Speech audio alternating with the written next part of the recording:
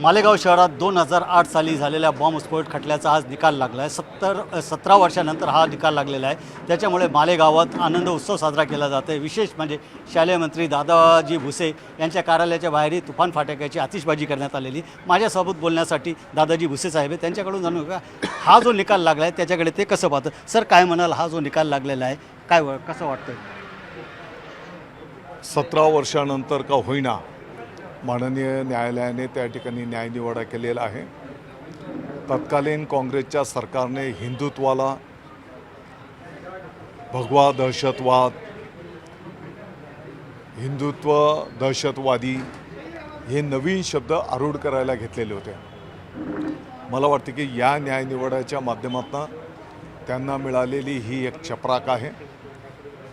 या माध्यमातून मालेगावचंही नाव बदनाम करण्याचा प्रयत्न केला गेला आणि म्हणून मालेगावच्याही दृष्टिकोनातून हा न्यायनिवाडा अतिशय महत्त्वाचा होता आणि माननीय न्यायालयाचे या निमित्ताने मी आभार व्यक्त करतो.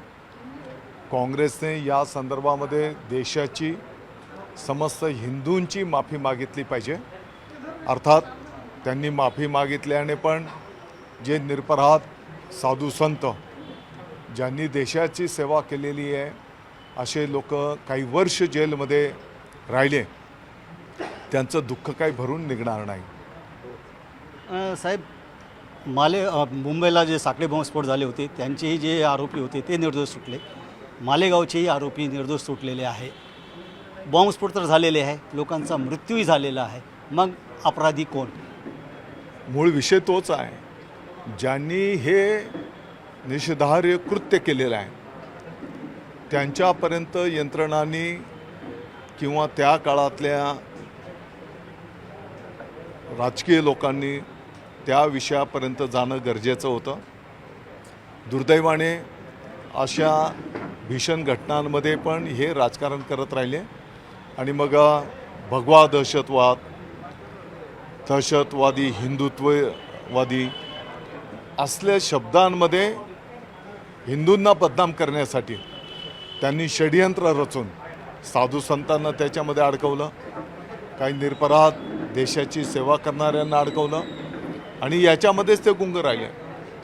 नुसतं अडकवलं नाही तर या निरपराध लोकांना काही वर्ष जेलमध्ये राहावं लागलेलं आहे.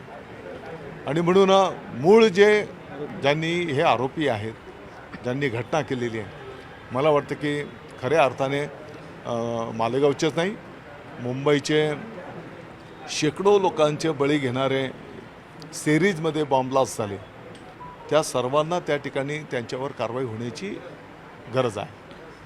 मुंबई बॉम्ब ब्लास्टचे जे आरोपी त्यांना जो सोडल्यानंतर राज्य सरकारने निर्णय घेतला की ते चॅलेंज करणार आहे सुप्रीम कोर्टात.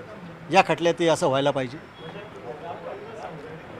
बघा, तुम्ही दोघं घटनेंना एका नजरेने पाहू शकत नाही. आपण मी जसं सांगितलं की ही जेव्हा घटना झाली, आपल्या माहितीकरता मी सांगू इच्छितो की ज्या वेळेस ही घटना झाली त्याच्यामध्ये जे मुस्लिम समाजाची लोक जखमी झालेली त्यांना आरोग्य सुविधा उपलब्ध करून देणं, एवढंच नाही तर स्वतःचं रक्त देऊन त्या जखमींना वाचवण्याचं काम याच मालेगावच्या हिंदूंनी केलेलं आहे.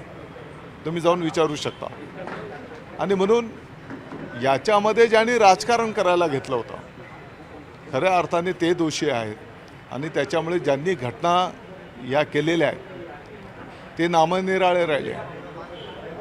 खऱ्या अर्थाने त्यांच्यावर कारवाई होण्याची गरज आहे. शेवटचा प्रश्न, हे ज्या ठिकाणी बॉम्ब ब्लास्ट झाले ते मुंबईचा असो, मालेगावचा असो, इतर ठिकाणी हिंदू मुस्लिममध्ये दरी निर्माण व्हावी, दंगली व्हावा असा या अतिरेक्याचा हेतू असू शकतो. अगदी परवाची पहलगामची जी घटना आहे त्यामध्ये पण आपण जर बघितलं असेल तर म्हणजे तुमचं नाव काय, तुमची जात काय हे विचारून अतिरेक्यांनी त्या ठिकाणी निरपराध हिंदूंना ठार करायचं काम केलं. याच्या पाठीमागेही तेच षड्यंत्र होतं. आणि म्हणून मला वाटतं की आता परवालाच त्या ठिकाणी 3 आतंकवादी देवादिदेव महादेव ऑपरेशनमध्ये ठार मारले गेले, तो पण एक न्यायनिवाडाच झाला. आणि म्हणून हे एक षडयंत्र आहे, हे आपल्या सगळ्यांना समजून घेण्याची गरज आहे. एकूणच हे षडयंत्र आहे आणि जे निरपराध मारले गेलेले आहे त्यांनाही न्याय मिळालेला पाहिजे अशी भूमिका शालेय मंत्री दादा भुसे यांनी स्पष्ट केली.